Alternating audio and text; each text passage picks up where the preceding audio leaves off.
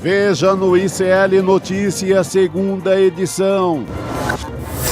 A papuda lhe espera. Boa estadia lá, valeu! Foragido após condenação por tentativa de golpe, Alexandre Ramagem é preso nos Estados Unidos.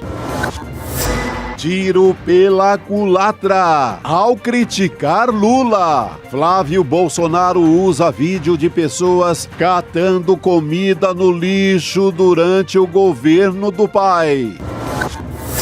O preço da delação. Defesa de Borcaro sinaliza que banqueiro poderia devolver 40 bilhões de reais em até 10 anos, caso consiga assinar acordo. Alguém segura esse presidente. Trump decide bloquear Hormuz, faz preço do petróleo disparar e briga até com o Papa Leão XIV. O ICL Notícias, segunda edição, está no ar.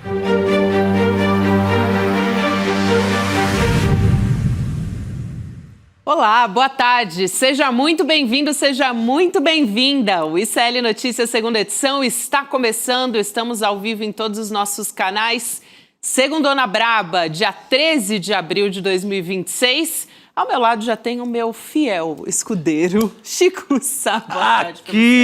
Aqui hoje sempre, num dia especial, né? Opa, prisão e tudo. Famoso Ai Se Eu Te Pego, com esse pego. belo trocadilho do nosso grande editor, Ricardo Gouveia. Que maravilha. Esse é o do ano, hein? Esse é o melhor do ano, hein? Será? Ele sempre se supera. Ele sempre se supera. Ai, se eu te pego. O programa, ele toda semana, ali, eu diria que todo dia ele traz. É o trocadilho mais rápido do Oeste. É isso aí. Gostei. Bom, já temos aqui na nossa manchete principal, na abertura do programa, essa notícia. Então, o ex-chefe da ABIN do Jair Bolsonaro, o Alexandre Ramagem, foi preso pelo ICE, que é o Serviço de Imigração dos Estados Unidos, por questões migratórias lá em Orlando, na Flórida. Foi levado para um centro de detenção na cidade. E segundo o diretor-geral da Polícia Federal aqui no Brasil, o André Rodrigues, ele já se pronunciou sobre isso e disse que a prisão é fruto da cooperação internacional, gente, entre Brasil e Estados Unidos no combate ao crime organizado. Semana passada a gente falou disso aqui no N2. O Ramagem, para você se lembrar, ele deixou o Brasil depois de ser condenado pelo STF, né? A 16 anos de prisão por tentativa de golpe, pela trama golpista. E segundo as investigações da Polícia Federal, ele sentiu o cheiro, né? Na verdade, que ele ia ser condenado e já escapou. Vazou. E de uma forma, assim, que é muito curiosa, para dizer o mínimo, né? Completamente clandestina a maneira como ele fugiu antes do término do julgamento. Atravessou a fronteira com Roraima, com a Guiana, para evitar uma prisão, e depois ele seguiu para os Estados Unidos. Foi esse o caminho do Ramagem. E no janeiro desse ano, no começo do ano, ele fez, o governo brasileiro, né, um pedido de extradição. Formalmente foi encaminhado esse pedido para o governo Donald Trump, e o nome do Ramagem foi para aquela lista da Interpol. Então, Chico, é curioso, a gente vai chamar já já Alice Maciel para a nossa conversa também, como o Ramagem, lá atrás, quando ele fugiu, você lembra o deboche que ele fez? Ele foi dar entrevista na imprensa, ele falou, eu fui abraçado pelo governo Donald Trump, eu me sinto protegido. Ele tirou onda, ele fez dancinha, ele achava que estava consagrado nos Estados Unidos. Até eu caí um pouco nessa lenga-lenga dele, viu? Porque eu achava que, por ter sido do serviço de inteligência, mesmo sendo um serviço de inteligência bolsonarista, a nossa ABIN, eu achei que ele tinha alguma carta na manga, sei lá, um mapa maluco de terras raras, algum documento que interessasse ao governo Trump e com aquilo ele comprasse a sua estadia permanente nos Estados Unidos. Pô, nem o Trump caiu no papo dele. Então, o que mostra que aquele velho amor, um amor, aliás, que é muito ainda acreditado pelos bolsonaristas, da relação do Trump com eles, parece que está indo para o buraco também. Foi totalmente esquecida pela Casa Branca. E fica desmoralizado o discurso bolsonarista com isso, né? Completamente. Como é que eu posso dizer que eu sou aliado do cara que manda me prender como se eu fosse qualquer um indocumentado qualquer lá dos Estados Unidos? Que moral esse homem tem? Nenhuma. Exatamente. Eu vou chamar a Alice Maciel e a nossa audiência também já tem enquete no nosso chat para você que me acompanha pelo YouTube. Quem você gostaria que fosse o próximo capturado pelo ICE nos Estados Unidos? Então temos aqui Eduardo Bolsonaro, Alan dos Santos, Paulo Figueiredo. Aliás, tem alguns personagens aí que já estão faz tempo nos Estados Unidos, mas o Ramagem, ele estava em situação irregular. Pode votar nos três, não? Tem que escolher um, Chico. Aliás, podia, né, ser uma opção da nossa enquete. Todos, não necessariamente nessa Pelo ordem. amor de Deus. Mas pelo sobrenome eu voto no Eduardo. Então, vamos chamar a Alice Maciel, Chico? Por favor. Para nos ajudar com esse histórico. Alice, boa segunda-feira para você, bem-vinda. Boa tarde, pessoal. Boa tarde, Gabi, Chico, todo mundo que está nos assistindo. Boa tarde. É isso. Vou entrar aí na conversa de vocês, no assunto. Chegando. Gabi, você falou, né, que a Polícia Federal emitiu uma nota há pouco, esclarecendo que a prisão foi fruto de uma cooperação internacional entre a Polícia Federal e as autoridades dos Estados Unidos. Isso também porque os bolsonaristas, o Paulo Figueiredo, tinha publicado nas redes sociais, assim como o Alan dos Santos, logo depois que saiu a notícia da prisão do Alexandre Ramagem, que não tinha nada a ver com as autoridades brasileiras, que ele tinha sido preso somente ali porque ele teve uma questão, uma irregularidade no trânsito, e inclusive o Paulo Figueiredo disse que ele é sócio de uma empresa lá nos Estados Unidos, a Imigrex, que estava ajudando já o Ramagem. Então eu percebi aí também que essa nota veio para desmentir essa informação do Paulo Figueiredo, do Alan dos Santos, que é uma narrativa que eles estavam espalhando nas redes já de que a prisão do Ramagem não tinha a ver com o caso, a fuga dele por causa da tentativa de golpe. Uhum. E já tem nos bastidores, né, Alice e Chico também, os bolsonaristas todos com receio de como é que isso vai impactar na eleição, quer dizer, no desgaste possivelmente com o Flávio Bolsonaro. Por quê? Os bolsonaristas, eles usam isso o tempo inteiro, como a gente estava falando, né, Chico? Essa suposta aliança com o governo Donald Trump, esse discurso de que existe uma colaboração e tal. E aí, cadê a complacência do governo Trump? Não apareceu. Fica esquisito. O Flávio Bolsonaro, que é o candidato da família, acaba de voltar dos Estados Unidos. Fez um discurso onde lá. foi para aquela conferência CEPAC, lá dos reaças, no Texas. E lá ele prometeu terras raras ao Trump, prometeu entregar praticamente o Brasil para ele, né? Alugar o Brasil para o Donald Trump.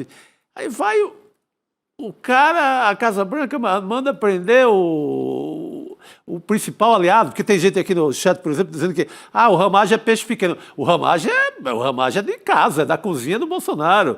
Era um cara de absoluta confiança, é um símbolo do governo Bolsonaro. É o cara que fez chacota agora, como você falou, Gabi, na saída do Brasil.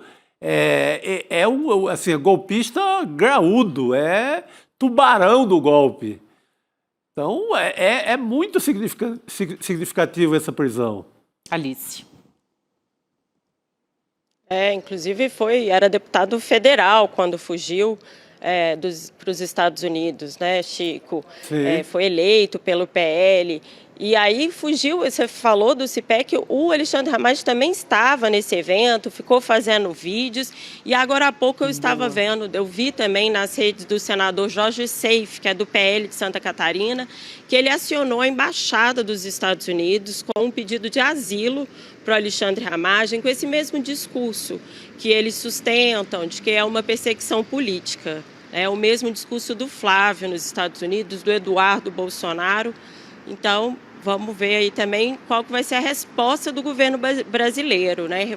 Reforçando que a Polícia Federal está sustentando que ele foi preso por causa de um acordo de cooperação entre os dois países. Nesse acordo, eu lembro que o Lula já havia antecipado isso em torno de outro personagem foragido, que é aquele Ricardo Magro, que é conhecido no Brasil como o maior sonegador da pátria, né? Ele é o maior sonegador, ele é daquele caso da máfia dos combustíveis. O Lula sempre cita esse nome no sentido de que, Trump, você quer pegar bandido? Você quer pegar bandido graúdo do Brasil? Tem por aí, tem inclusive Miami foragido daqui. E citava sempre o Ricardo Magro. Agora vem, nesse mesmo acordo, vem o Ramagem. Se isso é mantido, se essa prisão não cai, é muito para valer, é muito pesada a história para o bolsonarismo. Vai dar um nó na cabeça do gado inteiro. E aí, como isso vai se refletir lá no Flávio Bolsonaro, a gente ainda não sabe, né? Sim. Mas é um ponto importante para prestar atenção e os aliados do bolsonarismo já estão preocupados com isso. Alice, eu queria trazer uma outra história aqui, que é a troca de comando, uma decisão do governo Lula que decidiu trocar o comando do INSS, né? Demitindo, então, o Gilberto Valer Júnior, nomeando para o cargo a Ana Cristina Viana Silveira, que é uma servidora de carreira. A avaliação dentro do governo é que o combate às fraudes nos descontos já está encaminhado, esse combate, né? Tem operações avançadas para identificar, para punir os responsáveis também, e que agora seria necessário voltar a focar no enfrentamento da fila do INSS, né? A gente tem os dados a respeito disso, 2,7 milhões de pessoas em março nessa fila, é o mesmo patamar de março do ano passado, de 2025. E aí, o Valer, para interlocutores, disse que foi surpreendido. Segundo o G1, não teve conversa direta com o ministro da Previdência, só um contato com o secretário executivo da pasta que comunicou que a saída dele já estava definida. O Valer foi nomeado, para você se lembrar, presidente do INSS no final de abril do ano passado. Ele substituiu o Alessandro Stefanuto, que pediu demissão depois de ser afastado pela operação Sem Desconto, aquela operação da Polícia Federal, investigando fraudes bilionárias nos descontos de aposentadorias e pensões também. Então, agora, uma novidade no comando da pasta. Olha, essa fila é um nó na cabeça do governo, na cabeça do Lula, porque ela tem até uma queda do governo Bolsonaro para agora, mas é uma queda muito pequena. E isso, no ano eleitoral, isso é pesado. Pesadíssimo. E outra que envolve pessoas em estado de fragilidade máxima, sabe? Exatamente. O cara doente que depende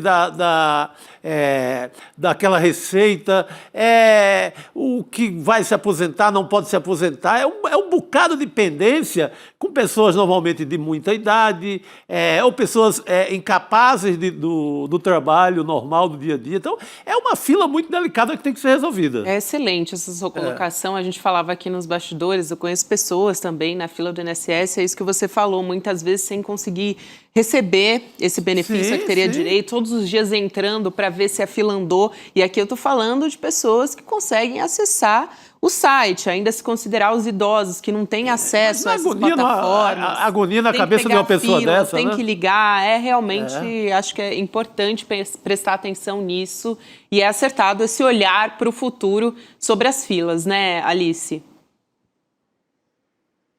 Sim, Gabi, é mais um passo também do presidente Lula visando aí o período eleitoral. Lembrando que em 2022 foi promessa de campanha dele zerar essa fila. Isso não aconteceu, teve esse escândalo do INSS.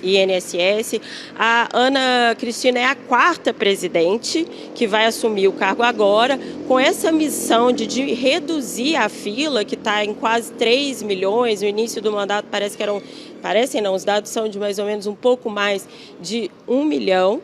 E agora eles colocaram, a Ana Cristina, que tem um perfil bem técnico, que é servidora do INSS desde 2001 ou 2003, e ela assume agora com essa missão de zerar. É uma cobrança do presidente Lula, isso estava hoje na nota da fala do ministro, que isso é uma demanda mesmo do presidente Lula. Então, ela vem com essa missão.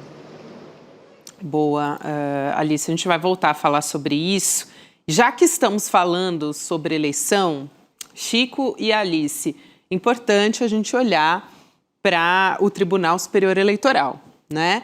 A antecipação da saída da Carmen Lúcia da presidência do TSE já está abrindo caminho para, pela primeira vez, a gente ter indicados do ex-presidente Jair Bolsonaro assumindo o comando da corte durante uma eleição. Então é o seguinte, o ministro Cássio Nunes Marques vai assumir a presidência do tribunal já agora, em maio, depois da eleição interna que está marcada para a próxima semana já. Então, ele vai ficar responsável por conduzir todo o processo eleitoral desse ano já. Essa mudança acontece depois da Carmen Lúcia anunciar que vai deixar o cargo antes do fim, previsto para junho, porque, segundo ela, segundo a ministra, a antecipação é para garantir uma tranquilidade administrativa. Então, na organização das eleições, né, não deixar que isso aconteça muito perto do pleito também. Então, é por isso que a transição vai acontecer agora já. Além do Nunes Marques na presidência, é importante a gente olhar para o ministro André Mendonça, que foi indicado pelo Jair Bolsonaro também e deve assumir a vice-presidência. Então, como presidente do tribunal, é bom lembrar as pessoas, né? O que cabe ao ministro? Vai supervisionar a logística nacional das urnas eletrônicas, vai presidir os julgamentos relacionados ao processo eleitoral, né? Então, se entra ali com uma ação, é ele quem toma essa decisão. As ações de combate à desinformação, às fake news, é algo muito importante e que a Carmen Lúcia foi, assim, quase que uma precursora nessas ações de combate às fake news, né? Ela levou muito a sério na gestão dela. E, segundo a Veja, para passar a palavra para vocês, o Nunes Marques já tem um planejamento de uma força-tarefa junto aos tribunais regionais eleitorais para um pente fino nas mais de 500 mil urnas eletrônicas, gente. Então já dá uma ideia do que vem por aí também. Que papinho mais golpista, hein? A começar a mexer em urna eletrônica, mal assumiu, já vai começar a fazer pente fino em urna eletrônica. Pode ser que seja apenas uma coisa teatral para consolar o gado. Para consolar aquele negativista das urnas eletrônicas que ainda, embora todo ano seja eleito 200 pessoas da família Bolsonaro por essas mesmas urnas, eles dizem que não acreditam. Então pode ser só um aceno do Cássio Marques, vamos mexer aí, vamos dar uma olhada para dar uma acalmada no eleitorado dele, no mundo ali do bolsonarismo. Porque se for para valer, isso é inconcebível. Ou seja, está adotando a tese de Jair Bolsonaro que levou à tentativa de golpe. Alguém dentro do TSE, o lugar para cuidar da eleição. Então é muito grave. Levando em conta histórico, é muito preocupante, Alice. O discurso dele, assim, né, internamente, que tem saído na imprensa, é de que ele quer mesmo acabar com essas suspeitas em relação às urnas eletrônicas e por isso que ele estaria tomando essas medidas entre inspecionar as mais de 500 mil urnas, colocando também, ele quer dar publicidade a algumas normas já existentes no TSE, como publicar o resultado das eleições de cada urna eletrônica. Isso, inclusive, foi publicado numa coluna da Carolina Brígido no Estadão, que cobre há muito tempo o Supremo, de que ele está estudando essas regras com o intuito de zerar e diminuir, reduzir as suspeitas em relação às urnas eletrônicas. Ao mesmo tempo, tem também o André Mendonça, que é mais ligado ao bolsonarismo, né? Então, assim, essa é a avaliação, que o Nunes Marques está mais ali ligado ao centrão, mas ele precisa, mesmo para tomar essas medidas, ele precisa do apoio, está junto com o André Mendonça, que há dúvidas ainda de como ele vai se comportar. Ali, falando de eleições também, eu queria olhar para a pesquisa Datafolha, mostrando um empate entre o presidente Lula e o senador Flávio Bolsonaro no segundo turno. E, de acordo com essa pesquisa, isso vai acirrar a disputa por eleitores que se dizem fora dessa polarização. Vamos entender essa apuração, que é do Jornal o Globo? Tem gente fora, é? É, parece que tem. Segundo o Jornal o Globo, eu não conheço ninguém. Eu só vejo de um lado ou de outro. Pois é, eu também, terceira via, né? Papo de terceira via sobre o campeonato. Mas vamos lá, deve ter mesmo. Mas claro. vamos trazer essa história, né? De acordo com os integrantes das pré-campanhas, tem um cenário desafiador para eles, para superar a rejeição, principalmente, que está elevada. Então, o Instituto mostrou que o Flávio Bolsonaro tem 46% das intenções de voto no segundo turno contra o Lula, que marca 45%. Então, está numericamente atrás pela primeira vez, mas ainda é um empate técnico, né, Chico? Ainda é isso. Sim. Quanto à rejeição, Lula apresenta 48% e o Flávio Bolsonaro 46%. Segundo a Folha, o grupo de 27% dos eleitores, é aqui que talvez esteja o pulo do gato, né? Que se dizem distantes do petismo e do bolsonarismo, deveria ser lulismo então, né? Mas ok. Tem essa mania, né, de chamar de petismo, de bolsonarismo, então... Mas esse grupo é um dos focos agora dos candidatos e isso iria influenciar essa busca por votos de agora em diante. Então, o Lula buscando um tom mais duro nas questões relacionadas à segurança pública, né? Tem também... as pessoas no entorno do presidente Lula têm falado muito para acenar para os evangélicos, né, para os religiosos, e uma campanha que vai apostar na comparação direta com o governo do Jair Bolsonaro, né, indicar que o Flávio Bolsonaro vai reverter as ações do governo Lula. E o que o Flávio Bolsonaro, né, o que os bolsonaristas vão fazer? Eles querem continuar nesse tema da segurança, né, que... falar também sobre o endividamento da população, algo que ele já fez um vídeo nesse final de semana, usando um vídeo. Depois a gente vai falar com calma usando a obra do pai dele, né? Que é a fome, que é a população faminta ali em busca de um caminhão de lixo, que é a cara, né, é cagado e cuspido, como se diz na minha terra, o governo Bolsonaro. Que é a fila do osso, é o mundo ali do arroxo do Bolso Guedes, né? Exatamente, ele fez um vídeo ali usando essas imagens, Chico. E, por fim, para passar também para a Alice, porque eu quero ouvir ela sobre isso, tem a questão do eleitorado feminino, que o bolsonarismo sabe, né, que está mais alinhado e as mulheres tendem a votar no presidente Lula. Então, eles querem aqui capitanear o voto das mulheres. Não é à toa, Alice, que tiveram algumas pautas ali, aquele projeto que estava no Congresso, né, que diz respeito a criminalizar a misoginia. Não é à toa que o Flávio Bolsonaro quis fazer um primeiro aceno ali. Então, as mulheres que estejam bem, bem atentas. Exatamente, Gabi. A gente vê esse movimento do Flávio tentando vender a imagem de moderado, né, como uma via não tão extremista como o pai, para tentar pegar esse eleitorado, ao mesmo tempo que também o presidente Lula, a gente já tem falado aqui há algumas semanas de algumas medidas que ele tem tomado para reduzir, para alcançar mais eleitores, como a questão para reduzir o endividamento, a questão dos combustíveis, a gente falou agora do INSS, e também agora a perspectiva de buscar esses eleitores, né, Gabi? Exato, Chico.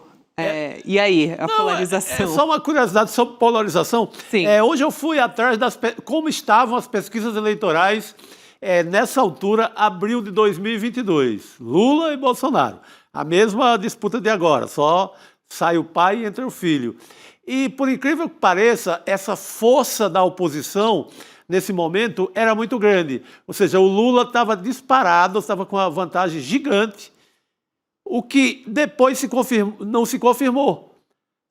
Prevaleceu a força de quem está no poder, de quem está no governo, a máquina do governo. Um Bolsonaro que estava lá na rabeira, assim, que tinha uma intenção de voto a uns 10, 15 pontos do Lula sempre, ele vai e encosta. Por quê? Porque entrou a força do governo, a força da máquina, a força da reeleição, que não está jogando a favor do Lula até agora. Então, eu acredito que começar a ter a cara do governo na eleição, a amostragem que é ampla de obras feitas no Brasil inteiro, transnordestinas, a conclusão da transposição, isso só para falar só no Nordeste, a intervenção do governo Lula, inclusive aqui em São Paulo, nas grandes obras que o Tarcísio inaugura, é tudo com a cara do Lula e do Haddad. Então, quando chegar a cara do governo na eleição, vamos ter, eu acredito, o mesmo efeito que favoreceu o Bolsonaro em 2022. As medidas, né, para baixar o preço do combustível. Exatamente. Tem a escala 6 por 1. Quando começar a cantar a voz do governo na campanha, eu acho que a gente vai ter o mesmo fenômeno, que é uma grande votação para Lula, como teve o Bolsonaro, que ele estava em abril de 2022, o Bolsonaro, morto, enterrado. Não foi isso que vimos. Ganhou força, Lula ganha por quase nada. Lula, a oposição na época. Boa, Chico. Acho importantíssima essa observação. A Alice ainda quer comentar. Vai lá, Alice. Sim, eu ia falar que outra pauta que a gente viu, inclusive na entrevista do Lula para o ICL Notícia, que vai ser bem forte na campanha, é da segurança pública, né? Ele falou sobre o Ministério da Segurança Pública, tem cobrado do Congresso Nacional a aprovação da PEC. Eu acho que é um tema também que ronda aí pela própria demanda da sociedade, que vai ser bem importante e que é visto como tema da extrema-direita, que eles têm mais forte. Então, acho que também é um ponto que o Lula que deu tom aí, inclusive acho que na entrevista que ele deu para o ICL, que vai ser bem importante essa pauta. Totalmente. E as bets, né? Inclusive, corte esse final de semana nas redes sociais do governo Lula sobre as bets, justamente na entrevista que concedeu aqui para o ICL Notícias. Sim, as bets que são responsáveis pelo grande endividamento das famílias hoje. As bets têm tirado comida da mesa. A verdade é essa. E está aí, né? Você pega qualquer... Globo tem bet, outras emissoras têm bet. Bet patrocina até missa, até culto o bet está patrocinando agora. Onde você vai? Vai numa quermesse do interior, está lá a bet patrocinando até o padre. Então, essa esculhambação tem levado a um grande endividamento. É impressionante. Chico, Alice, quero muito agradecer a sua presença aqui. Sempre bom ter você com a gente no N2. Valeu, querida. Até amanhã. Obrigada, gente. Um abraço. Boa noite. Boa noite. Até amanhã. Boa noite, querida. Obrigado mais uma vez. Rodrigo Viana está chegando aqui para conversar com a gente. Vamos continuar nesse tema de eleições. Rodrigo, enquanto você se aproxega aqui na nossa mesa, o Chico falava sobre os pontos, né, em que o governo vai bater mais pesado na campanha do Flávio Bolsonaro e também sobre a percepção do governo, né, que está em campanha, mas os temas que vão sair mais fortes. Então, essa questão das bets, a gente falava, né, da entrevista aqui para o ICL, também segurança pública, o fim da escala 6 por 1, que já quer entrar com um projeto em regime de urgência e por aí vai. Ô, Gabi, Chico... Boa tarde para vocês. Boa tarde. Eu já cheguei. Não, mas tá certo. Vamos direto para a notícia. O governo Lula tem dois desafios. E eu via muita gente dizer assim, não, a campanha não começou, vai bater no Flávio e aí vai aumentar a rejeição ao Flávio e isso vai ajudar o Lula. É uma parte do que tem que ser feito. O problema é que isso não basta, porque o Lula, esquece o Flávio, se o adversário for o Ronaldo Caiado, que é muito improvável, o Lula está em os mesmos 45% e o Caiado 42%, segundo o Datafolha. Então, o Lula contra o Flávio tem 45% e o Flávio Bolsonaro 46%. Contra o Caiado, Lula 45%, Caiado 42%. Contra o Zema, Lula 45%, Zema 42%. O teto do Lula hoje está em 45%. Então, ele tem, claro, desconstruir em parte o Flávio Bolsonaro, porque o Flávio Bolsonaro, por enquanto, está aparecendo como um garoto novo aí, que é mais light do que o pai. Não é nada disso. Ele é o homem da rachadinha, ele é o cara das milícias no Rio de Janeiro, etc. Isso é uma parte do que será feito na campanha. Mas, de outro, tem que melhorar um pouco a avaliação do governo. Sim. Porque essa questão, né, o Lula imaginava que a essa altura, com a isenção de imposto de renda até R$5.000, estaria numa situação melhor. Acho que todo mundo imaginava, né? Mas não bastou, porque o endividamento está muito alto. Né? A gente tem falado um pouco sobre isso. E vai tomar medidas específicas. Isso, aí que eu ia chegar. Então o governo tem que agir, mas tem que ser rápido. Tem que ser rápido. Então tem que melhorar um pouco a sensação econômica, porque o desemprego está baixo, as pessoas têm trabalho Não é emprego necessariamente, tem atividade.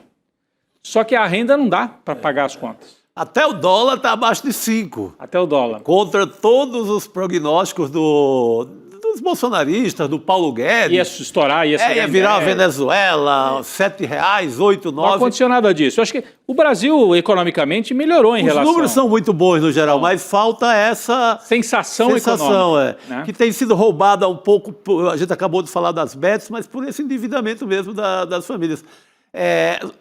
Tá todo mundo, assim, tem muita gente empregada, mas são empregos que não são aquela maravilha toda, ali no acocho ainda, no empate, né? É no empate. Dá para empatar, mas falta mais essa sensação. Olha, eu estava lendo um artigo da Juliane Furno, que a gente já entrevistou algumas vezes, economista, excelente. Professora, economista, e ela escreveu um artigo no Intercept. Quem está nos acompanhando, vale muito a pena ler o artigo da Juliane. Eu aqui um pouco no feeling, né, estava dizendo, olha, conheço muita gente, inclusive eu, que para pagar as contas no fim do mês está dando cartão de crédito, para empurrar para o mês seguinte. E ela coloca isso como uma análise econômica. Quem tem cartão de crédito, eu sei que muita gente na população ainda não tem, mas quem tem esse recurso está usando o cartão de crédito, não é para fazer uma compra especial, não. É para pagar a conta do mês, porque a renda não dá para pagar a conta do mês. Então, isso gera um endividamento, aí isso pode é uma bola de neve e deixa as pessoas com uma impressão ruim. Pô, eu estou trabalhando, mas não dá, não fecha o mês. Né? Então, isso vem no trabalhador e vem um pouco mais para cima. Dito isso, o Lula tem todas as condições de ganhar, né? Não é motivo para desespero. É um sinal amarelo, não está fácil. Mas tem muito tempo, tem 6 meses. Que bom que tem esse sinal também agora, né? Tem muito jogo ainda para ser jogado. Eu lembrei aqui agora há pouco da situação do Bolsonaro em 2022 nessa altura. Eu vi, você trouxe os números aí. Era o Lula, assim, numa goleada sem fim. E depois o Bolsonaro quase vira. A máquina, a velha máquina, o governo, a cara do governo numa campanha eleitoral. Super importante. Gente, eu só queria trazer uma notícia aqui que depois a gente vai analisar com calma, tá? Mas é importante, o dólar fechou abaixo dos R$5 pela primeira vez em mais de 2 anos. Então, o Ibovespa também atingiu um novo recorde, mas o importante é olhar para esse movimento do dólar aqui, num movimento aí dos Estados Unidos, né? Irã, no final de semana, não fechou acordo de negociação. Ou seja, o Trump prendeu o ramagem e deu o dólar 4,99. Pois é. Vai, Trump! Vai, Gente, Trump! É só brincadeira, tá? É só brincadeira. Só pra deixar... É que o Trump... É a parte meme do programa. É o meme. Só para deixar claro. Tem algumas pessoas no PT que falam assim, a extrema-direita não... Quando tudo parece que vai dar errado, a direita não costuma nos faltar na campanha. Então, aí vem o Trump e baixa um tarifaço, o Trump vai lá e toma uma atitude que dá um discurso para o Lula enfrentar a extrema-direita. Então, mas a notícia que você trouxe é uma notícia séria de que pela primeira vez, né, o dólar abaixo de 5. Depois a gente vai trazer a análise com o Jamil Chad, vem com a gente hoje. E falando em Jamil, o Jamil está na China e ontem tivemos a estreia do nosso documentário, né? Vai pra China do ar. Uma super audiência, né? É isso, uma super audiência, mais de 225 mil acompanhando ao vivo ontem. E o documentário original do ECL, a gente já teve o Vai para Argentina e já teve o Vai para Cuba, fechando a trilogia, então, com o Vai para a China e num contexto que é muito atual, do ponto de vista da geopolítica. Estamos falando aqui do Trump, né, que está sempre, no fim das contas, tentando atingir a China, no fim das contas, que vem acabando ao longo dos anos com a sua hegemonia. A gente tem o replay liberado. Então, se você não assistiu ou se você quer assistir de novo, tem uma oportunidade para você agora. Vai em sln2.com.br, deixa o seu e-mail, você vai levar 2 segundos ou então aponta o seu celular aqui para a tela para acompanhar. E tem uma surpresa, lógico, né, gente? Sempre tem surpresa aqui nas estreias do ICL. Então, para você ficar sabendo o que é, vai lá e acompanha junto com a gente. Vamos seguir aqui nas notícias? Vamos lá. Rodrigo, agora há pouco, antes de você chegar, eu comentei com o Chico Sá que o Flávio Bolsonaro, a equipe dele já de pré-campanha, já deram assim um aperitivo das mentiras que vão vir nas eleições, né? Essa foi demais. Esse final de semana, o Flávio Bolsonaro publicou um vídeo nas redes sociais fazendo críticas ao governo Lula, falando num agravamento de uma crise econômica, enfim. Tem uma série de questões que foram colocadas ali, mas o mais importante de tudo é que no vídeo o Flávio Bolsonaro está usando cenas de pessoas pegando ali, ó, você está vendo aí as imagens, alimentos em caminhão de lixo. Só que essa é uma imagem, gente, de 2021. E adivinha quem que estava na presidência em 2021? Jair Bolsonaro. Era o auge do governo do pai dele, né? Então, essas imagens são de Fortaleza, tá, pessoal? Só para deixar bem claro. Essas que estão na tela agora para você que nos acompanha. Acho que vale a pena aqui trazer nosso convidado agora, o Felipe Pena, que é professor da UF, psicólogo, jornalista. Professor, bem-vindo aqui ao N2. Bem-vindo, Felipe. Oi, boa tarde, Gabi, Chico, tudo bem?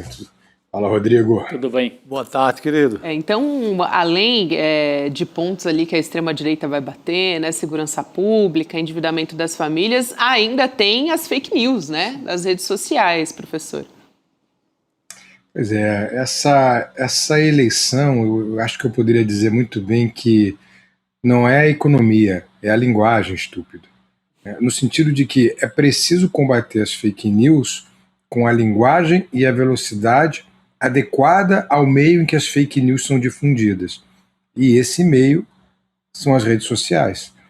Então, quando a extrema-direita difunde uma fake news, ela tem que ser imediatamente contestada e na linguagem adequada.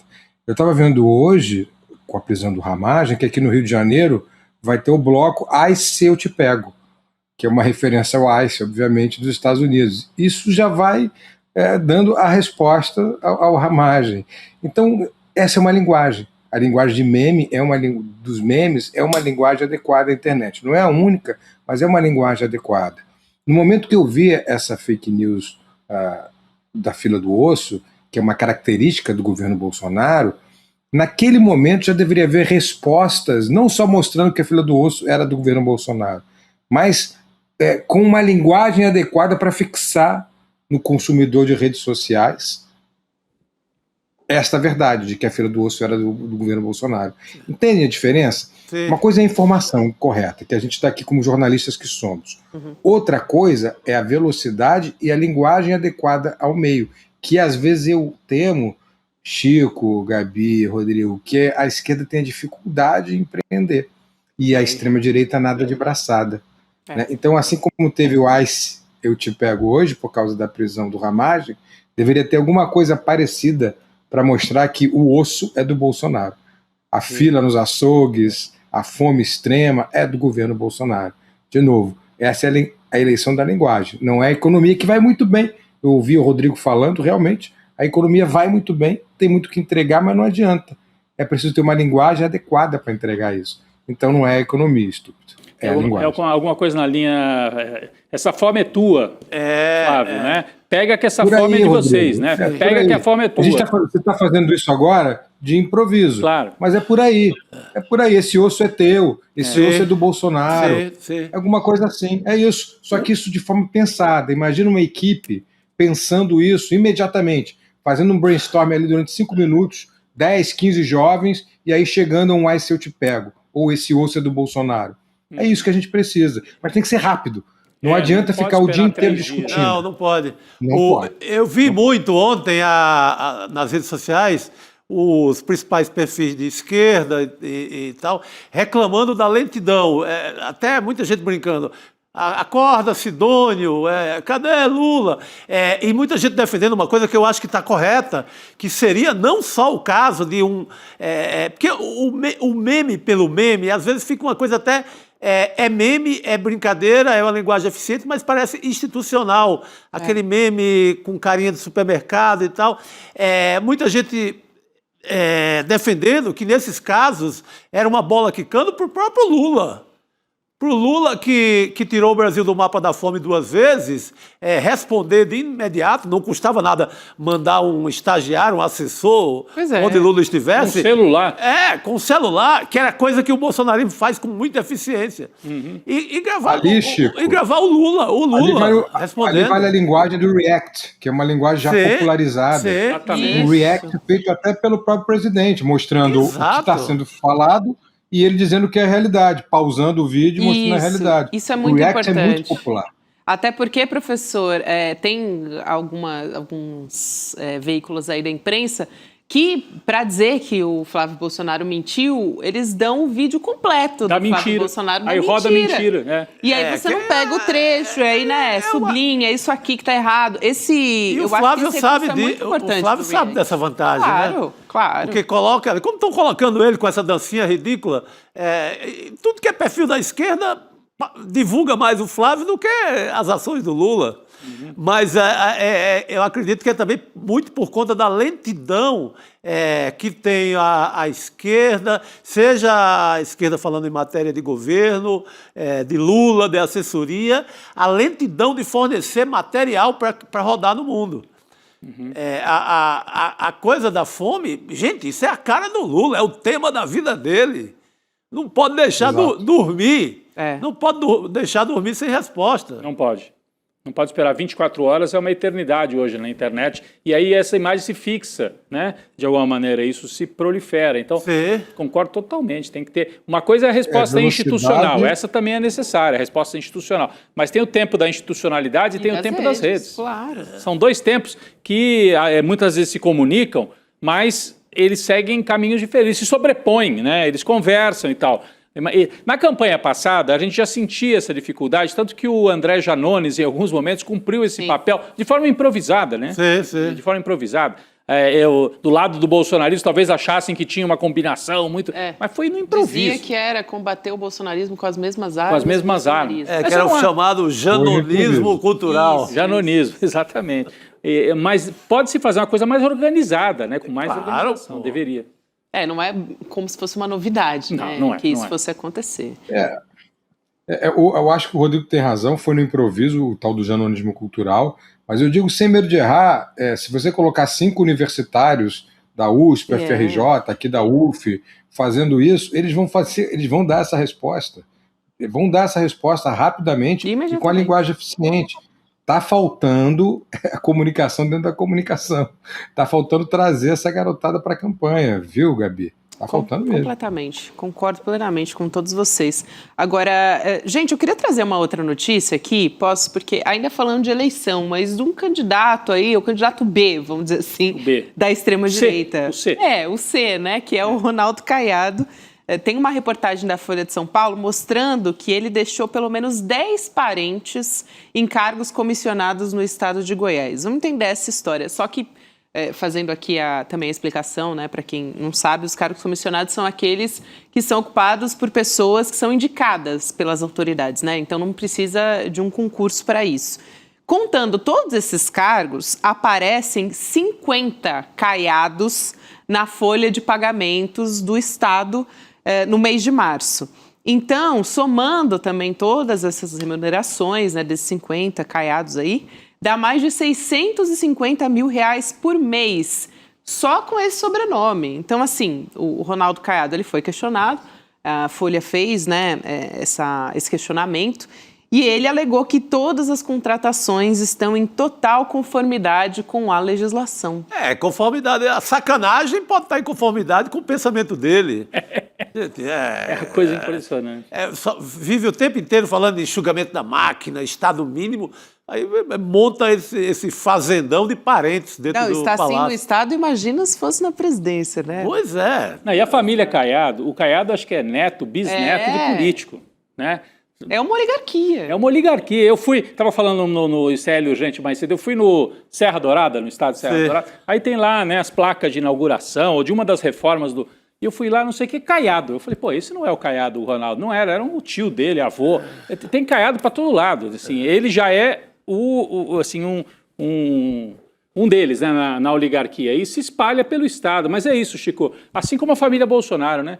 Fala, não, Estado mínimo, vamos privatizar. Os caras, a única coisa que eles trabalharam fora do emprego público foi a fábrica de chocolate, lá na loja de chocolate lá no Rio. Fora isso, é vereador, deputado estadual, deputado federal, senador, presidente, militar, né, que também é um cargo público. Então, eles são contra o Estado para os outros, né? O Estado só para eles. E o Caiado é a mesma coisa, impressionante. Família inteira, Gabi. História.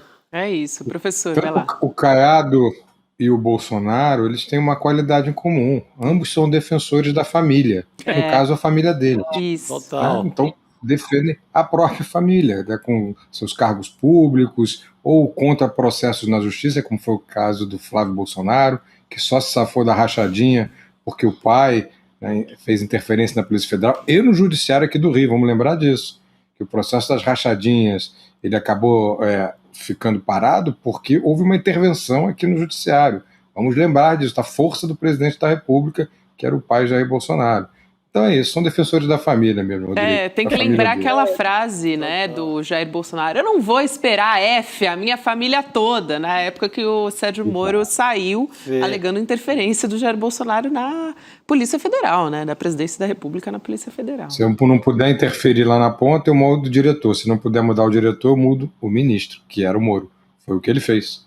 O Moro saiu e o filho continua sendo protegido aqui no Rio de Janeiro. Já estão abraçados, né? Eu fui buscar aqui, influência histórica. A família Caiado, de origem luso-brasileira, começou a dominar a política goiana entre 1910 e 1930, com um sujeito chamado Antônio Ramos Caiado, chamado Totó Caiado, líder da oligarquia entre as décadas de 10 e de 30 do século passado. Tem 100 anos a oligarquia Caiado em Goiás, é um negócio impressionante. O fazendão Caiado é velho. É velho. Vale a pena até, tem uma matéria da agência pública sobre essa contando essa história e também sobre o passado de trabalho escravo. Vale muito a pena acompanhar essa reportagem da agência pública. Posso trazer uma outra notícia aqui pra gente? Você manda, pessoal, né, Gabi? Que quase que todos os dias a gente fala do Banco Master de alguma maneira aqui, né? De alguma novidade. Saudade. Tava, né, Chico? Passou o final de semana inteiro sem falar. Só né, pensando no Master. Pensando nas festas do Vorcaro, lá em Trancoso. Mas o que eu vou falar aqui é da proposta de delação premiada, né, do Daniel Vorcaro, que está em negociação. Pode incluir um ressarcimento aos fundos de pensão e a gente está falando aqui de um valor de 40 bilhões de reais em 10 anos. E tem diversas reportagens que foram publicadas hoje, né, indicando a disposição do Daniel Vorcaro em cobrir esses rombos nas previdências estaduais e municipais também. Outra coisa que ganhou destaque, porque são coisas que se conectam no fim das contas, mas um questionamento de um pedido de lei de acesso à informação que foi feito pela coluna da Malu Gaspar, do jornal o Globo, e o Banco Central continua se recusando a passar informações, você está vendo a manchete aí na tela, que esclareçam como a gestão do Roberto Campos Neto autorizou o Vorcaro a montar o Master. Por quê? Porque o Vorcaro conseguiu a aprovação do Banco Central para assumir o controle de outro banco que já estava enquencado, o Máxima, em outubro de 2019. Isso aconteceu durante a gestão do Campos Neto, né? Essa aprovação. Só que 8 meses, só 8 meses depois de ter sido vetada na gestão anterior, que era do Wieland Goldfein. Quer dizer, o Wieland Goldfein, que é o governo Temer, né, que veio do governo Temer, disse assim, não, Banco Master aqui tá esquisito, não vamos deixar. Aí entra o Campos Neto e fala, ok, para o mesmo banco, né? Então, agora estranhíssimo o Banco Central do Galípolo, tá estranho isso. O Lindenberg Farias, hoje na Globo News, agora à tarde, ele deu a explicação, no entendimento dele, o que está acontecendo é um baita corporativismo, incluindo o próprio Galípolo, para não entregar o colega de função do chamado Banco Central Independente, que é uma entidade que eles prezam muito. O neoliberalismo brasileiro ama essa ideia de Banco Central Independente. Então, na leitura do Lindenberg, o que está acontecendo é esse corporativismo, incluindo do Galípolo, para segurar a onda do Campos Neto. Outro dia o Galípolo foi na CPI e defendeu o Campos Neto. Sim, nesse sentido. Foi quase um advogado. Não sei se você viu essa, Felipe. O Galípolo foi quase um advogado do Campos Neto e agora travando as informações, porque é interesse público. O Banco Central é independente, mas ele não é independente da Constituição e das leis, né, inclusive criminais. Né? Então, está passando um pouco do ponto essa gentileza do Galípolo, para dizer o mínimo. Como é que você interpreta isso, Felipe? Eu concordo com o Lindenberg, eu também vi a entrevista, Chico, e vi também que houve uma representação junto à PGR para que acionasse a Polícia Federal para a investigação, para que a investigação fosse mais eficiente. Porque se o Galípolo está protegendo corporativamente o seu antecessor, isso é crime. É, no mínimo, prevaricação. Preste atenção, Galípolo. Isso é, no mínimo, uma prevaricação, proteger o Campos Neto. Porque todo o esquema começa em 2019, quando o Campos Neto dá o aval para a criação do Banco Master. Aval esse que havia sido negado 3 vezes pelo seu antecessor, Ilan Goldfarb, eu quase não consigo falar esse nome, que havia sido nomeado pelo Temer. Então é um absurdo que um presidente do Banco Central, nomeado pelo governo Lula, seja corporativo ao ponto de proteger um presidente do Banco Central nomeado por Bolsonaro, que iniciou um dos maiores escândalos, se não o maior escândalo de corrupção da história da República, prejudicando, inclusive, no momento de eleição, o próprio presidente Lula, porque a extrema-direita consegue confundir a população tentando jogar esse escândalo no colo do presidente Lula. Então, é no mínimo prevaricação do senhor Galípolo, e eu concordo com o Lindbergh. É preciso investigar por que esse corporativismo está acontecendo. Por que o Galípolo protege o Campos Neto? Essa questão corporativa, mesmo que seja só isso, já é prevaricação. Mas o que tem além disso? Né? Que se investiguem todos, que se chegue aos culpados pela ascensão do Banco Master. Quando o Vorcaro oferecia 1,4, né, acima do CDB, como proposta de remuneração do seu banco, fundos de pensão aqui do Rio de Janeiro, do Amapá, de Brasília, colocaram dinheiro no Master. Esses fundos de pensão esse dinheiro pertence a aposentados, a futuros aposentados, a funcionários, a gente que vai precisar desse dinheiro que não vai ter. Tem um crime gigante aí que está nas mãos e tem o DNA da extrema-direita, o DNA de Cláudio Castro aqui do Rio de Janeiro, o DNA do próprio Campos Neto, o DNA do Ibanez, ex-governador da Bahia, até do presidente do Senado, que tem escândalo lá no Amapá, e muitos outros, né? O Ciro Nogueira. É a extrema-direita e a direita desse país envolvidos no maior escândalo que é do Banco Master. Mas quando o Galípolo se nega a dar informações sobre a origem disso, que é no Campos Neto, ele joga no colo do governo do PT. Vejam como que esse oxímoro que é o Galípolo nesse momento. É muito contraditório. Ô, professor, o escândalo sendo jogado na culpa do governo, enquanto o presidente do Banco Central se recusa a dar esclarecimentos. Não pode, Gabi, Chico, não pode mesmo, viu, Rodrigo? Isso aí, a gente tem que denunciar mesmo o Galípolo sendo alguém indicado pelo governo do PT. O Lindbergh está certo. Tem que se apurar mesmo que o Galípolo responda por prevaricação. A gente sempre lembra aqui, professor, Rodrigo, Chico, sempre faz aquela piada de que o Daniel Vorcaro já conectava no Wi-Fi do Banco Central automaticamente, né? Porque tem aquela matéria do Kleber Lourenço no nosso site, que ele foi de que ele foi 24 vezes no Banco Central na gestão do Campos Neto. Você imagina só o que é visitar o Banco Central 24 vezes. E eu queria lembrar que na gestão do Campos Neto, o Galípolo foi diretor do Banco Central, nomeado já pelo Lula, mas ele foi diretor, eu estava até olhando aqui, diretor de política monetária entre julho de 23 e 31 de dezembro de 24. Por 1 ano e meio, o Galípolo foi diretor do Banco Central debaixo da presidência do Campos Neto. Sim. Eu não sei se numa dessas vezes o cara do Master foi lá no Banco Central, foi na sala do Galípolo. O Galípolo teve naquela reunião com o Lula no Palácio. Não sei por que o Galípolo está fazendo esse jogo de retranca em relação a isso. Ele diz que o Lula foi muito duro na conversa no Palácio. Diz, olha, faça o que tecnicamente for recomendável.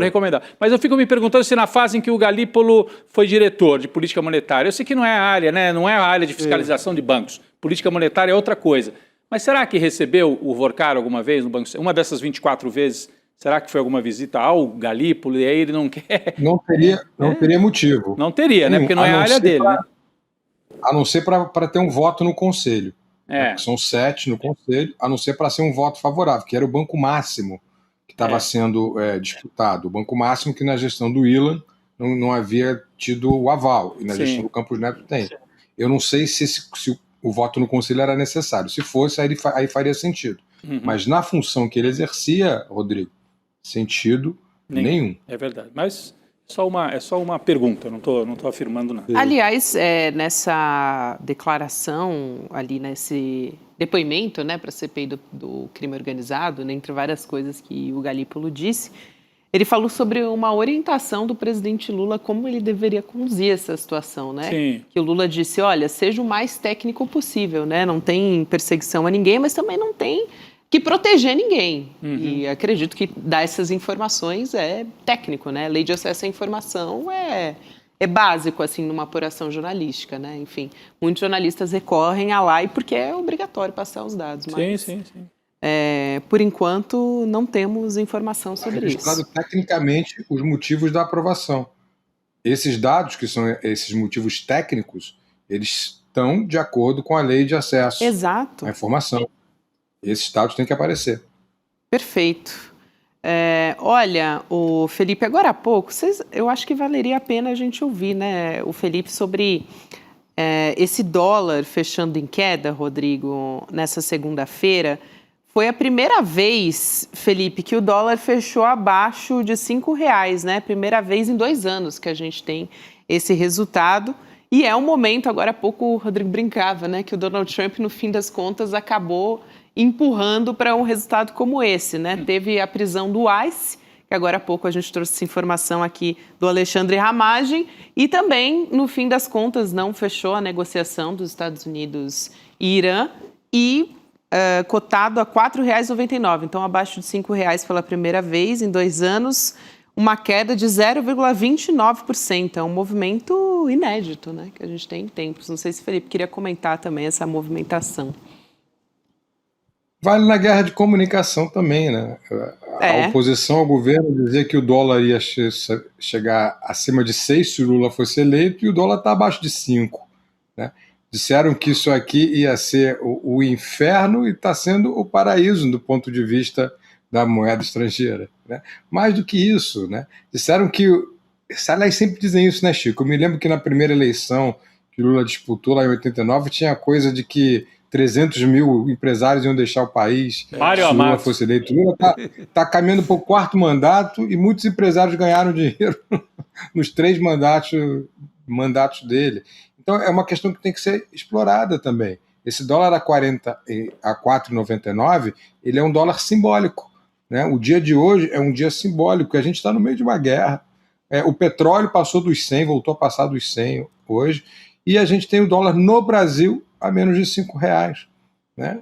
O Brasil é resiliente, sua economia é resiliente, a economia é forte, as bases são sólidas, né? O Haddad fez um grande trabalho à frente do Ministério da Fazenda, pode ter tido seus erros, seus problemas, como todos têm, mas manteve uma estrutura muito forte ali. Então isso é preciso ser explorado, porque o outro lado faz terrorismo, e é um terrorismo muito forte com a economia. A Faria Lima, então, tem o dom de fazer desse terrorismo uma plataforma política. Esse 4,99 tem que ser explorado. De novo, com aquela linguagem, lembra, Rodrigo? Talvez isso aí valha um meme, talvez isso aí valha uma campanha feita pelos meus alunos, para mostrar, você que achava que o dólar ia 6, está 4,99, pode ir para a Disney. Como que... Quem puder. Né? Ou pode ir para a China, como foi o Eduardo. Não sei, você pode ir para qualquer lugar.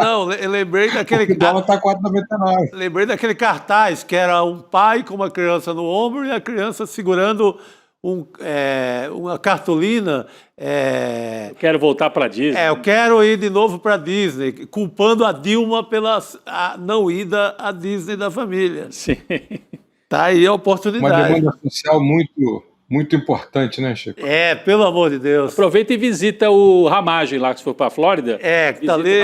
Fala com o Pateta e visita o Ramagem. É um pacote completo. Ou vem aqui no Rio e participa do bloco Ai Se Eu Te Pego. Ai Se Eu Te Pego. Eu acho que o Rio de Janeiro não vai deixar passar essa não, viu? Aliás, se fosse antes do Carnaval, eu tenho certeza que já ia ter bloco na rua. O Felipe, professor, já que a gente está falando aqui sobre Donald Trump, eu queria muito trazer aqui uma reportagem, o Jamil Chad até destacou na coluna dele no nosso site, de que até o Papa está na mira do Donald Trump. Você viu isso, Felipe? Ele criticou a gestão do Papa Leão XIV, Tem aqui os prints das redes sociais. Esse é demais, né? Essa imagem de IA, já vou falar dela também. Mas ele escreveu uma declaração imensa nas redes. A gente recortou só alguns trechos, a nossa equipe aqui, para analisar. Então, o Trump diz: o Papa Leão é fraco contra o crime e terrível em política externa. Ele que é bom, né? Mas vamos lá. Ele é o bonzão. Deixa abaixo. Gosto muito mais do irmão dele, Luiz, porque o Luiz é totalmente maga. Não quero um Papa que ache normal o Irã ter armas nucleares. Se eu não estivesse na Casa Branca, o Papa Leão não estaria no Vaticano. Leão deveria se recompor como Papa, usar o bom senso, parar de ceder à esquerda radical e se concentrar em ser um grande Papa, não político. Quer dizer, o irmão dele pode ser alinhado ao MAGA, mas ele... mandando o Papa se recompor, né? Pô, pelo amor de Deus. Quem deveria se recompor era ele. Mas uma imagem de IA que apareceu na manchete do nosso site...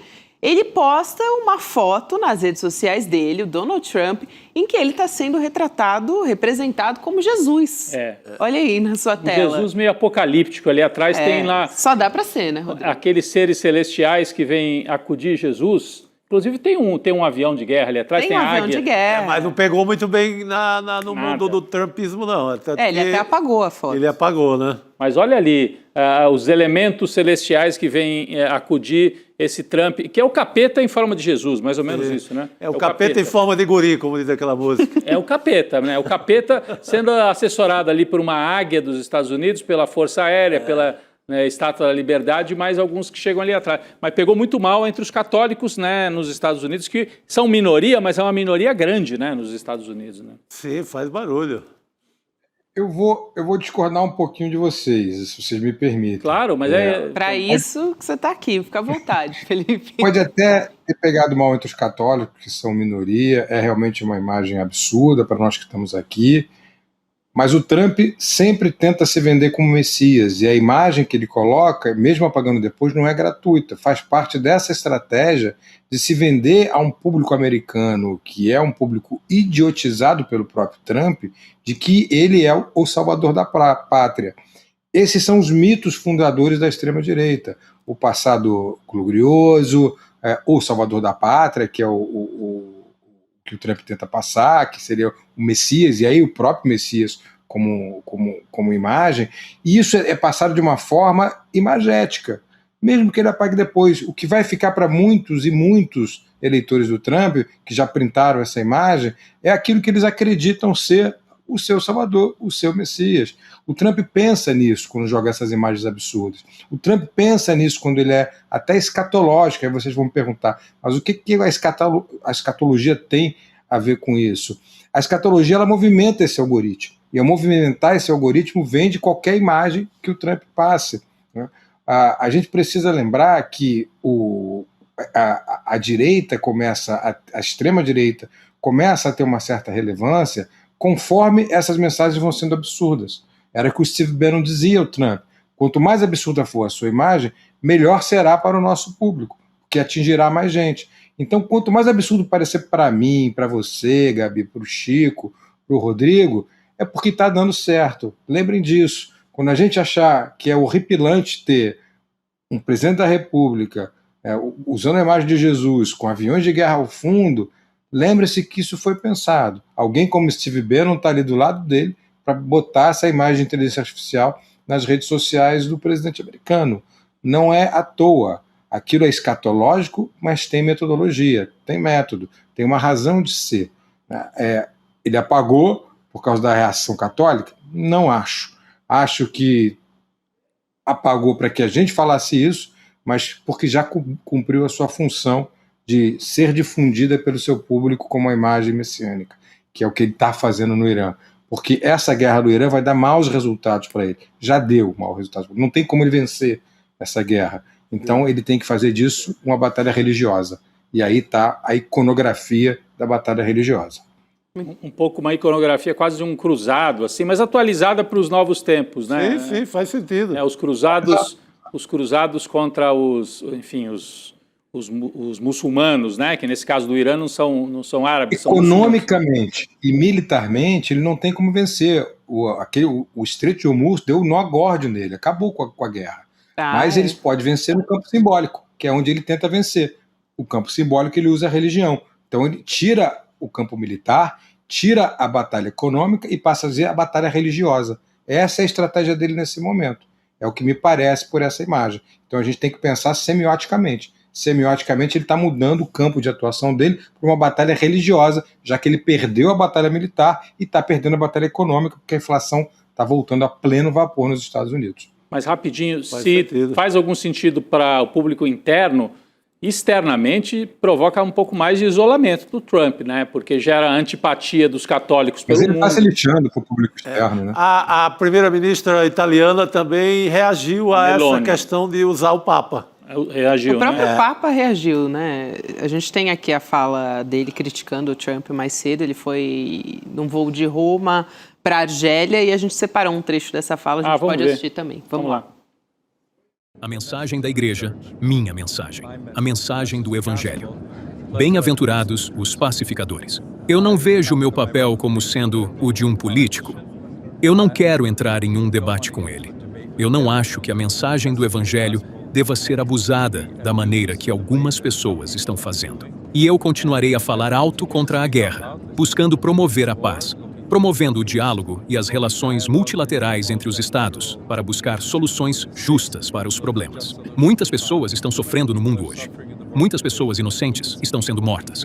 E eu acho que alguém tem que se levantar e dizer que há uma maneira melhor de fazer isso. Eu não tenho medo nem da administração Trump, nem de falar seriamente sobre a mensagem do evangelho.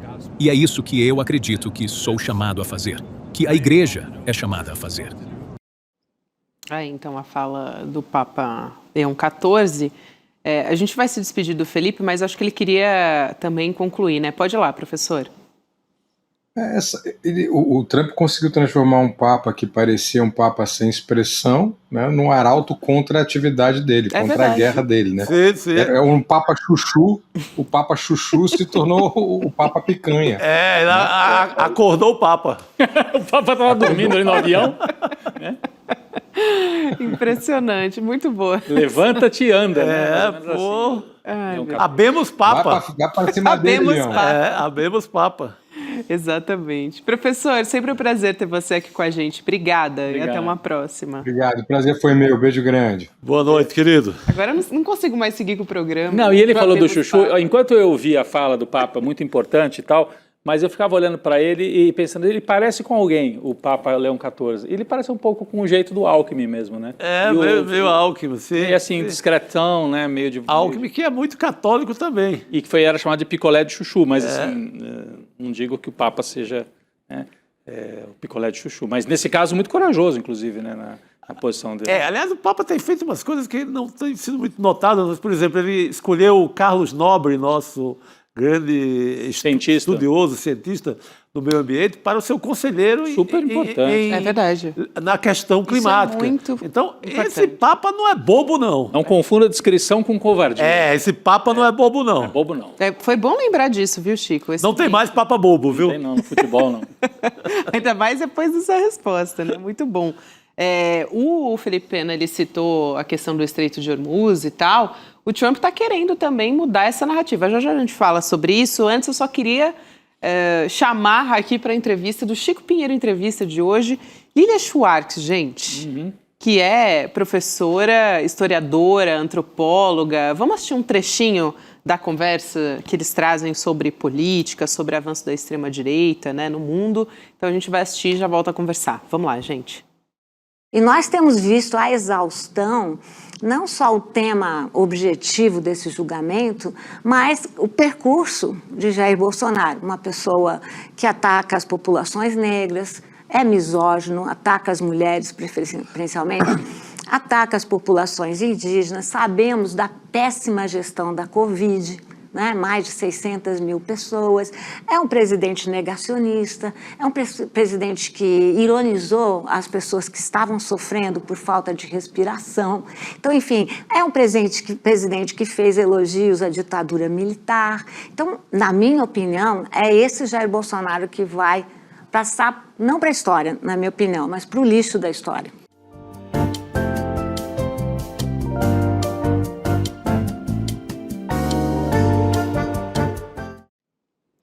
bem, então a gente acompanha logo na sequência do N2, hein? Fica ligado, Chico Pinheiro entrevista hoje com Lilia Schwartz, uma ótima conversa que a gente vai acompanhar.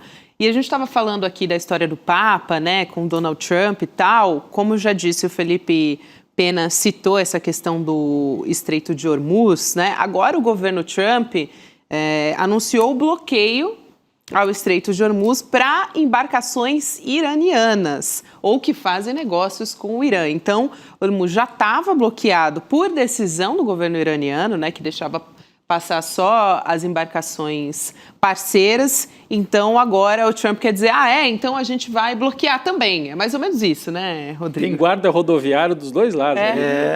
Guarda aquaviário nesse caso. Os marronzinhos do Estreito de Hormuz. Impressionante, impressionante.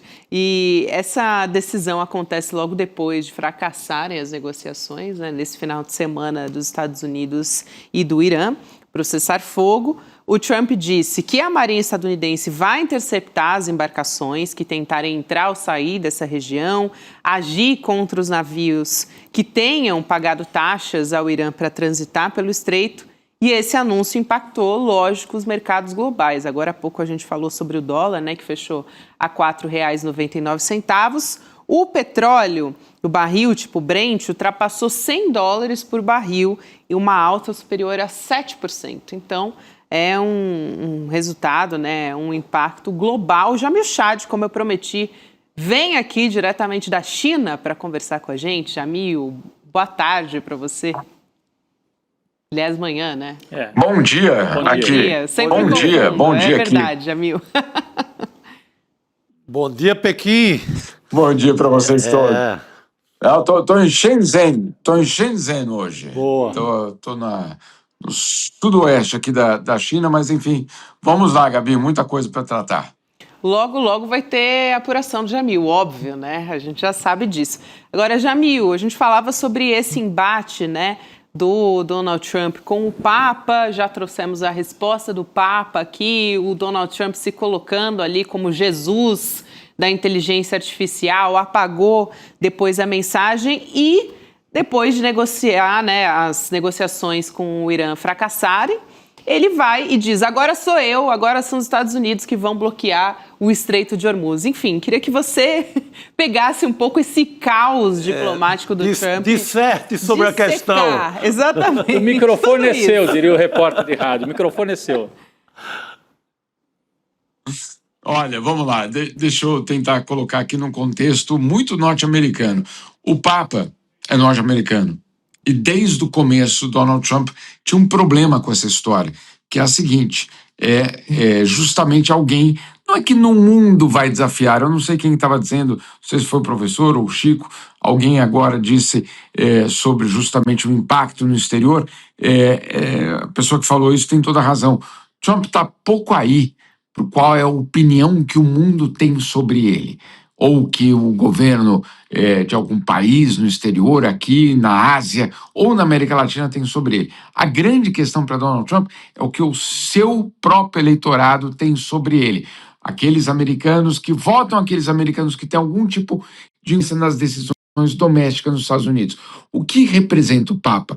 O Papa representa um desafio para Donald Trump, não no mundo, mas dentro dos Estados Unidos. É um católico, muitos dos votos dos cristãos. Opa, tivemos uma interrupção aqui na conexão com o Jamil Chad, que está na China, mas vamos dissecando aqui essa história também, né, sobre o Donald Trump. Ele estava voltando primeiro para fazer uma avaliação sobre o papel de um Papa que é dos Estados Unidos, né, o Leão XIV. Inclusive a gente passou meio batido, né, na fala do Trump que esse Papa tem um irmão que é de direita, de extrema direita. Por isso que ele citou, né, ressaltou. Do Maga, o irmão do Papa, também católico. Luiz é do Maga. E que é um bispo também, né, ele é uma liderança católica e é da direita. Então, Louis Prevost, o irmão do Papa Leão XIV, que foi citado aí pelo Donald Trump. E muita gente atribui a escolha do Papa ao fato dele ser dos Estados Unidos, porque a Igreja Católica entendeu que precisava fazer um contraponto ao Trump. Por isso que o Trump disse, se eu não fosse presidente, você não seria Papa. A Igreja não teria escolhido você como Papa. Então, Era esse um dos pontos que o Jamil estava tentando trazer para a gente nesse comentário, para depois chegar no Estreito de Hormuz, né, Gabi? Exatamente. Voltou. Aí, Jamil já está de volta. Jamil, a gente estava aqui. Oi? Desculpa? Pode ir lá. Estamos aqui. Bom, foi um problema aqui na conexão. Bonde andando. Mas o que eu dizia, o Rodrigo já apontou aí que eu estava ouvindo, não, é isso mesmo. É um outro norte-americano que fala diretamente com o eleitorado americano, sendo aquele que basicamente questiona o próprio Donald Trump. Então não é que Donald Trump tem um líder internacional que questiona a sua posição, não. Ele tem um outro norte-americano de muita relevância no cenário internacional que tem uma posição completamente contrária à de Donald Trump. Vocês têm toda a razão. Picolé de chuchu, né? Toda aquela história do Alckmin. Mas vamos lembrar alguma coisa. Francisco não escolheu o Papa Leão por acaso. Não foi por acaso que o Papa Francisco botou a mão, né, no ombro dele e disse: é você, meu filho, pode ir. Então, não é por acaso. Outro detalhe, esse Papa passou 18 anos no interior da Amazônia peruana. 18 anos no interior da Amazônia peruana.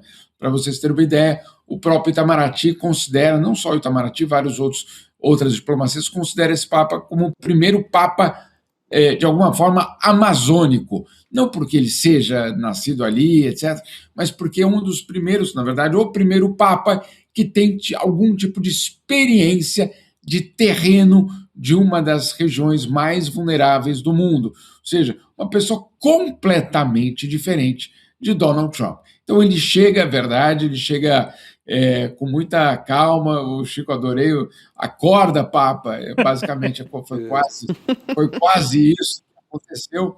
Mas vamos lembrar, isso tudo tem uma lógica doméstica americana. Só para completar, Gabi, é aquela história, o americano comum, né, médio, católico, não são todos católicos, a gente sabe que o grupo protestante é maior, mas o católico americano, ele acorda e ele agora vai precisar decidir, ele segue o seu grande líder doméstico, Donald Trump, ou ele segue o líder da igreja dele, também um norte-americano, com uma posição completamente diferente do seu presidente. Então é um dilema para a base mais radical dos católicos nos Estados Unidos. Quem é que está no comando? Deus, Vaticano ou a Casa Branca e Donald Trump?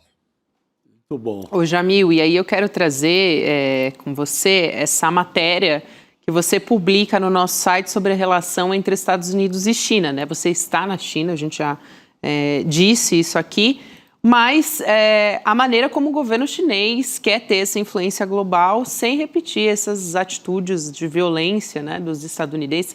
Aliás, essas atitudes são históricas. É que o Donald Trump ele escalou isso de uma maneira estratosférica, né? Mas assim, dos europeus também, enfim.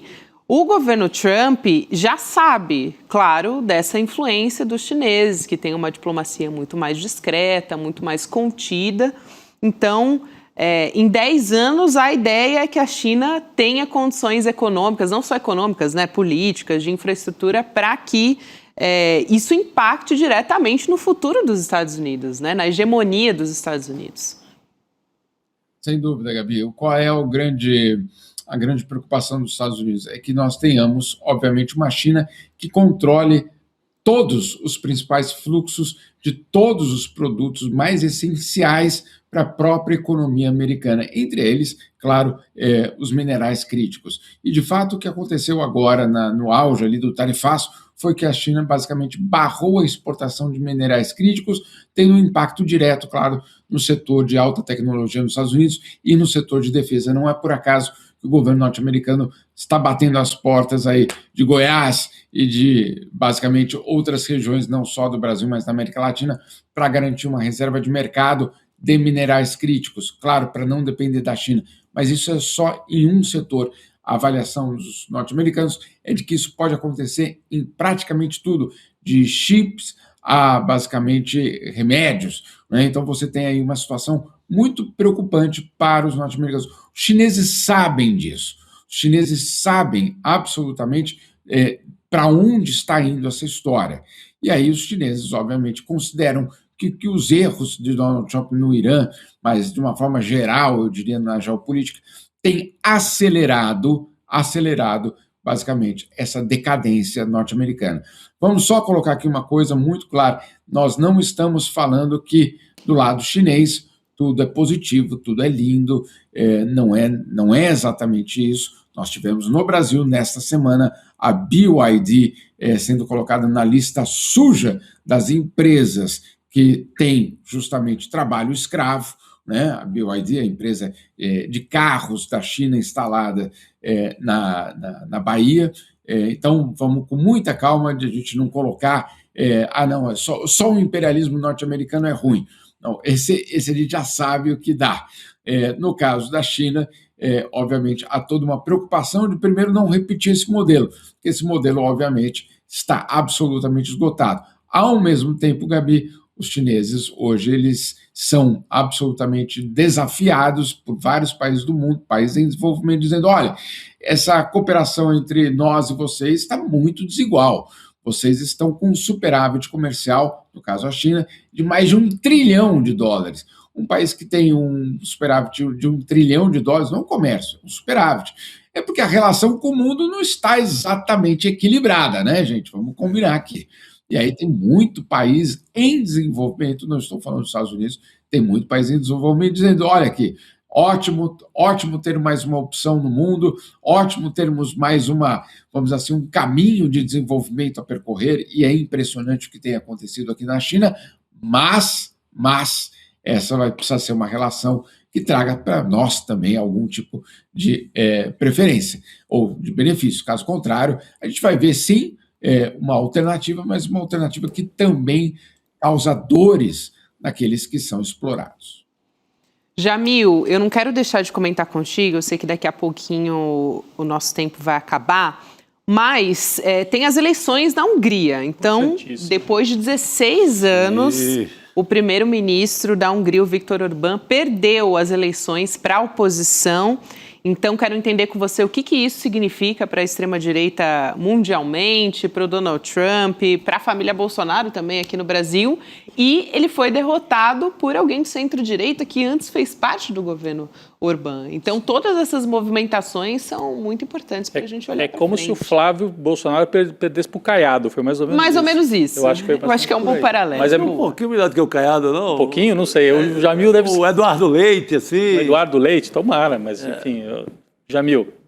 Eu vou comparar com o Eduardo Leite ou com o Tarcísio, né? Porque tem de fato um histórico, sim, de muita relação com o líder máximo ali, mas que tem uma habilidade de conversar, inclusive, com os progressistas, mas aí não cabe o Tarcísio tampouco. Enfim, esse negócio de repente, essa comparação fica longe. O fato, Rodrigo, e eu acho que essa é a grande novidade, é que a Frente Ampla na Hungria foi tão ampla que incluiu até um ex-aliado do próprio Orbán, né? E ele basicamente foi o que liderou.